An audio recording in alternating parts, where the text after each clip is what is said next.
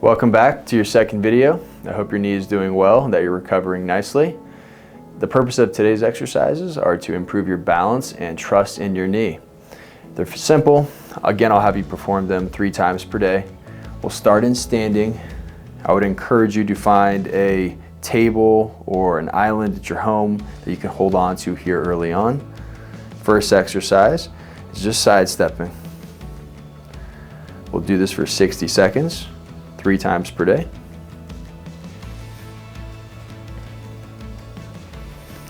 Next one, we have marching. All we're doing is lifting our foot up. Doesn't have to be very high. You can go as high as you'd like. I would hold on to the counter here early on. Our rule is no falls.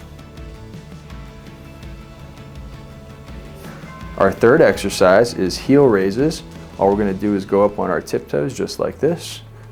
8 to 12 times. It's a little easier if you have a counter in front of you. 3 times per day. And our fourth exercise, the hardest one we have on this, is using a chair to stand up and sit down.